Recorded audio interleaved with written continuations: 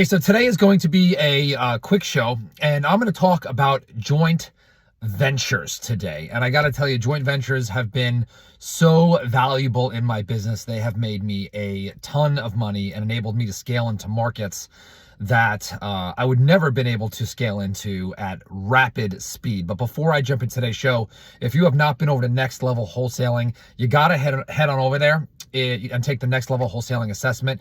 It's going to rate you in the 4 core areas of your wholesaling business. That is acquisition, disposition, marketing, and accounting.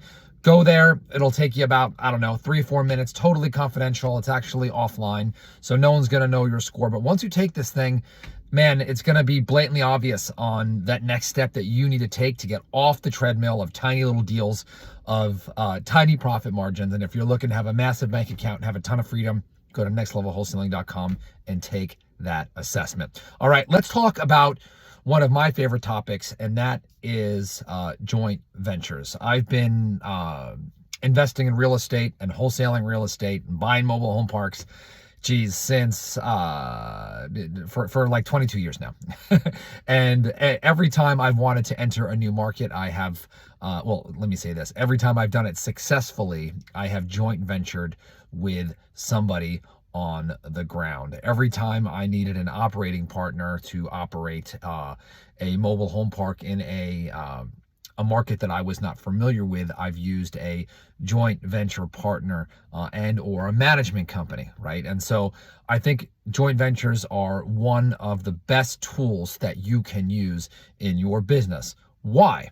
Because often you can joint venture with people that you would not be able to hire, right? Many of the best closers I've met don't want a job.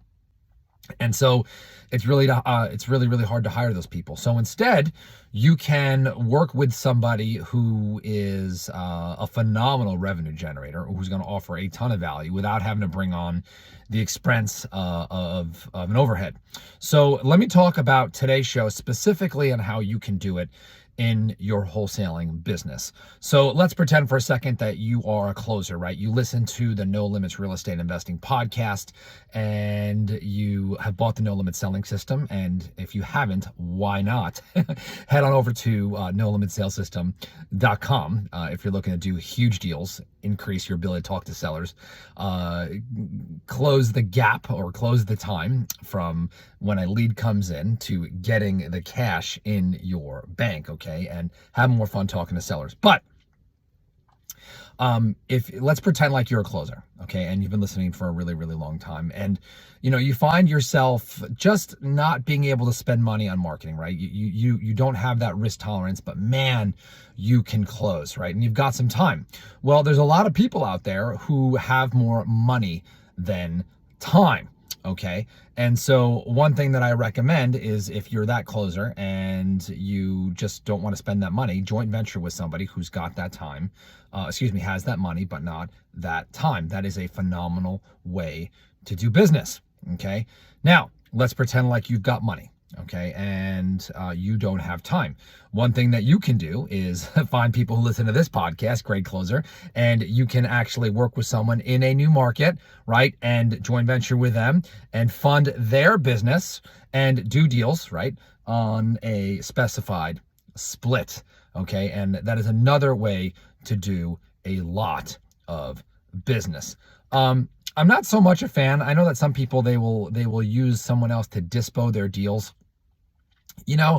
I'm a fan of that only in that the split has to be appropriate, right? The split has to be appropriate. So, let me talk to you a couple of ways that you can joint venture, also a couple of guidelines. By the way, I also sold one of my wholesale businesses sold it to an individual that I used to work with, but I've maintained access to certain media channels. Okay. And so what I do is I actually sold the business to this individual, but I maintained the media channel, and then I joint venture with this person, right? And send them leads from that media channel and they close it and we split those deals 50-50.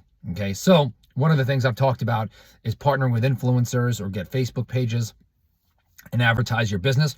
So you can own a media channel, something that I've talked about, where you get free leads at a very, very low cost that are very easy to close, and you maintain those leads. And again, joint venture with a closer. So here are my expectations, or the things that you need to do when you are joint venturing. Okay. Number one is I have a rule that my joint venture partner, or at least one of us, needs to be full-time in the business that we are joint venturing on. So if you're working with a joint venture partner who's trying to close deals in multiple markets themselves, right? They're doing the work, forget it. Right? Let's pretend, and I'm just going to pick any, market. Let's pretend like you're wholesaling in Nashville, Tennessee, and I want to do deals in Nashville, Tennessee, and I find a partner who I want to joint venture with in Nashville, right? I want to make sure that my joint venture partner who's closing my deals is working full-time closing in Nashville, Tennessee, especially if I'm not, right? This is not like an equal, work partnership, right? There's a working partner usually, right? And then there's an investing partner. Now, I can tell you that if two people are part-time, never works. That's one of Todd Toback's rules, by the way, is whenever you have a partner in a business, one person has to be full-time. So that's the first thing. The second thing is compensation. Okay. You need to be straight with your joint venture partner on compensation and make sure that there is a fair split up front. Now, sometimes the compensation shifts, or there's a time limit where you'll agree to a certain time limit that a compensation will last, and then it will shift. So let's just say you have an investing partner and you're like, look, for the first year, we'll do deals 50-50, right? Until you make your money back. And then once you've made all your money back, or twice your money back, then the partnership goes down to 80-20, right? So then the compensation shifts, right, with the value that's being brought. That's the second thing, okay? And the third thing that's really, really important is that set the expectations of what is permitted activity outside of the joint venture. So are you okay with your closer on the ground, let's just say, doing their own deals? Are you okay with them doing deals with other joint venture partners? Are you okay with them doing their own marketing?